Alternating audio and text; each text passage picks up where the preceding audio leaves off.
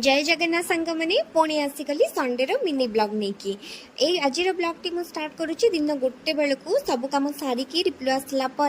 आम दी भौणी जाक उदुदिया डाहा खरारे बाहरलु गाड़ी में तेल पकड़ापी दहीबरा आनवाक आसलु तो भाविलु टे गाड़ी तेल पकईदी पलि जा नाई मो सत कथा नुआ नुआ स्कूटी चला शिखुची तो से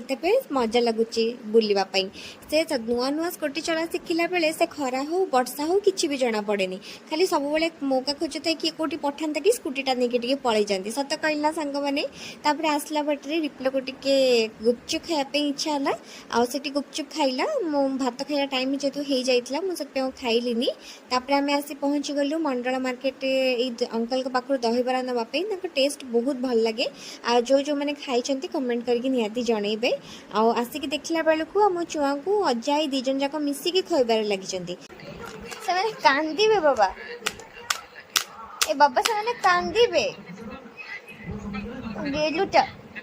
लंच कर सारा पर पुणी राति रे कौन खियाजिब तार प्रिपरेशन करूली मशरूम चिल्ली जेहेतु हम से रसुण अदा पियाज